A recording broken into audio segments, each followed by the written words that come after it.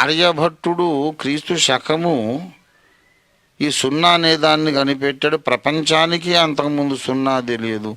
ఆర్యభట్ట అనే సైంటిస్టు, గణిత శాస్త్రవేత్త ఈ సున్నాను కనిపెట్టాడు కనుక ప్రపంచానికి జీరో అనేది తెలిసింది. అందును బట్టే కంప్యూటర్లు, రాకెట్ టెక్నాలజీ ఎంత డెవలప్ అయింది. ప్రపంచానికి సున్నా అనేది గణిత శాస్త్రములో పరిచయం చేసిన వాడు భారతీయ మహర్షి ఆర్యభట్టుడు అని డబ్బా కొట్టుకుంటున్నారు కదా. ఆయన క్రీస్తు శకము మొన్న 1000 ఏళ్ల కిందలు పుట్టాడు. మరి లక్షల కోట్ల సంవత్సరాలని మీ బుక్కులో అన్ని సున్నాలు ఎట్ట రాసుకున్నారు?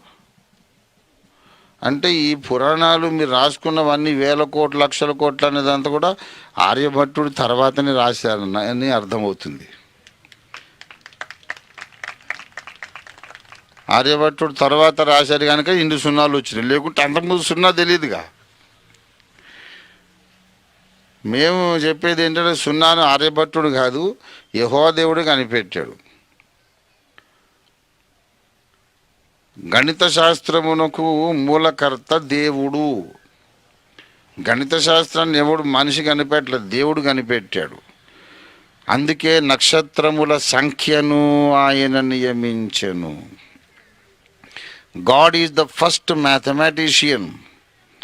మన తల మీద వెంట్రుకలు లెక్క పెట్టాడు, నువ్వు నడిచి అడుగు జాడలు లెక్క పెట్టాడు, నీ ఒంట్లో ఉన్న ఎముకలన్నీ లెక్క పెట్టాడు, నీ దినములు లెక్క పెట్టాడు, నీ మాటలు లెక్క పెట్టాడు, నక్షత్ర మండలాలను లెక్క పెట్టాడు మహాదేవుడు. 1 2 3 4 వరకు 9 వరకు సున్నా దేవుడే కనిపెట్టాడు గణితాన్ని. Mathematics is the only science that cannot be corrupted. Any other science can be changed and corrupted. మీకు తెలుసో లేదో విషయం చెప్తున్నా వినండి. అంతరిక్షంలో వేరే జీవరాశులు ఉంటే, జ్ఞానవంతులు, బుద్ధిమంతులు, ఆలోచన పరులు ఉంటే వాళ్లకు మనం ఇక్కడ ఉన్నట్టు తెలియాలంటే ఎలాగానంటే వీళ్ళు కొన్ని పెయింటింగ్స్, బొమ్మలు గీసి వాటిని అంతరిక్షంలోకి పంపిస్తారు సిగ్నల్స్గా. ఏంటి తెలుసా? బట్టలు లేకుండా నగ్నంగా ఉన్న ఒక పురుషుడు, total all parts exposed, line డ్రాయింగే, ఇంకేం కాదు, ఫోటో కాదు, లైన్ డ్రాయింగే. ఒక మేల్ పర్సన్, ఒక ఫీమేల్ పర్సన్. అంటే ఇట్లాంటి శరీరాకృతులు కలిగిన జీవులం మేము, ఇదిగో ఈ రాకెట్ పంపించామని ఎండ్లెస్ స్పేస్ లోపలికి పంపిస్తారు. ఎవరికైనా ఎప్పటికైనా ఈ బొమ్మలు దొరికితే అరే ఇట్లాంటి వాళ్ళు అక్కడ ఉన్నారు, వాడు కూడా ఇటువంటి వాడు అయితే వెతుక్కొని వస్తాడని. దాంతోపాటు కొన్ని మ్యాథమెటిక్ ఈక్వేషన్స్ రాస్తారు. ఇక్కడి నుండి మనం వేరే లోకాలు ఒకవేళ ఉంటే ఇక్కడ నడిచే సైన్స్ అక్కడ కూడా నడిచి తీరుతుంది అనే నమ్మకం ఉన్న ఏకైక science mathematics. You send the physical image of a male and female person and some mathematical equations. ఈ మ్యాథమెటిక్ ఈక్వేషన్స్ చూస్తే వాళ్ళకి అర్థమవుతుంది గణిత శాస్త్రము కూడా అవపోసన బట్టిన జ్ఞానవంతులున్న గ్రహము నుంచి ఇది వచ్చిందని. ఇంకంతకంటే వేరే సైన్స్ ఏది లేదు. కెమిస్ట్రీ, ఫిజిక్స్ ఉన్నాయనుకో, అక్కడ ఆ గ్రహంలో వేరే ఉండొచ్చు.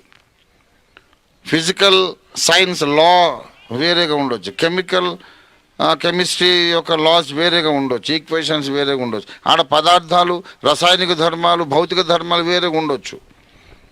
అక్కడ పదార్థాలు వేరు, అక్కడ రసాయనిక ధర్మాలు వేరు, భౌతిక ధర్మాలు వేరు, అన్నీ వేరు. అయినా సరే 2 2 ఆ గ్రహంలో కూడా 4 అవుతుంది, కానీ ఇంకేమీ కావడానికి వీల్లేదు.